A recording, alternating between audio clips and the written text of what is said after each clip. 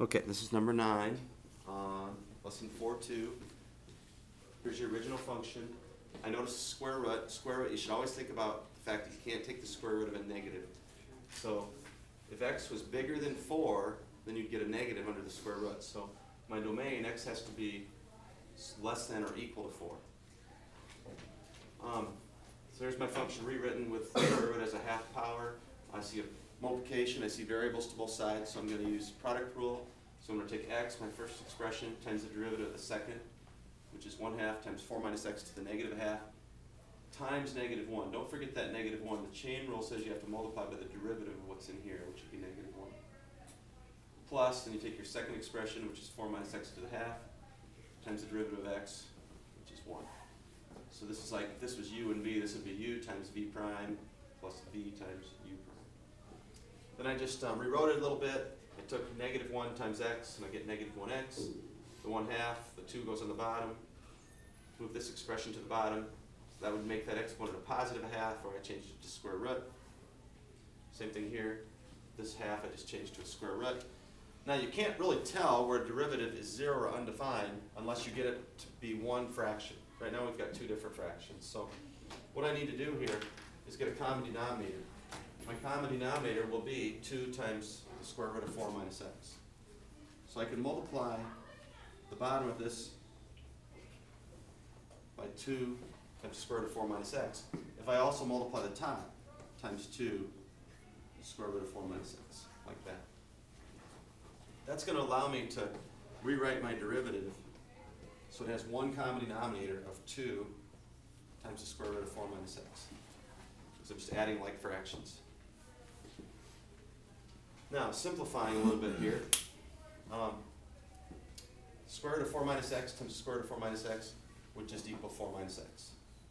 So this numerator could actually be written as just 2 times 4 minus x. So this is what I would have. -x, -1x. Let's use the same color here. Plus 2 times 4 minus x, that would be 8 minus 2x. So I could rewrite this derivative. Let's combine the minus x and the minus 2x. This would be 8 minus 3x over 2 square root of 4 minus x. That would be your simplified derivative. So you can see why simplification is going to be useful, why I was trying to, even though I didn't really require it on a lot of the problems on the test, why I kind of was trying to work on it all last chapter, because I knew it was going to come in and be important eventually. Now, if I want to figure out where the derivative is undefined, what number would make this bottom equal to 0? 4, right? So my number line has to start with 4 and go smaller, because I can't put in numbers bigger than 4. So when I go to create my number line, it's going to start at 4. This is my x. These are going to be my derivatives up here. I can see that if x equals 4, my derivative is going to be undefined.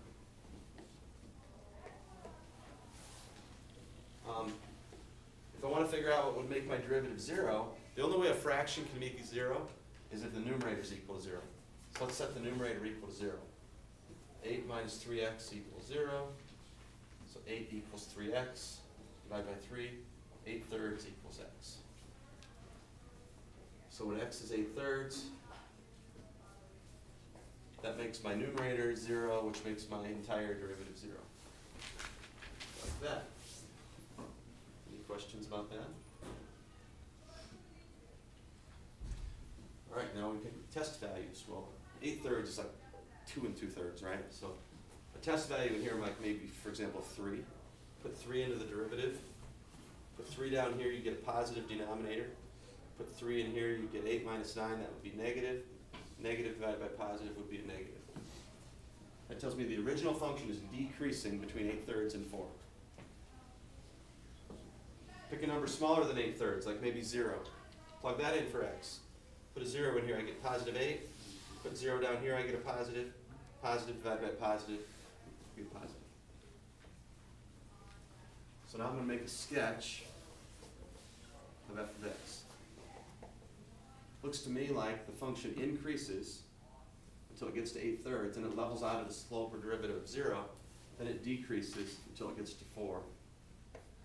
something like that. Now to find the actual max and min, I need to plug 8/3 and 4 back into the original equation. Because this is going to be the point 8/3. This local max, which is actually the absolute max, is going to be at 8/3 something. And this local min is going to be at 4 something.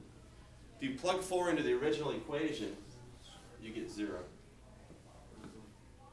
If you plug 8/3 into the original equation, you get 8/3 times the square root of 4 minus 8/3. Anyone know what that is?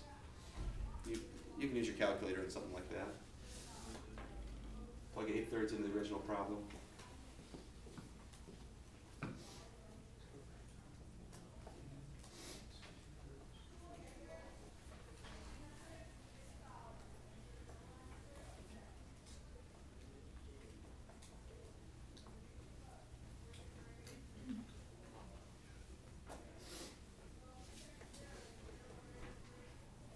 Anyone know what you get when you, is it 3 point something?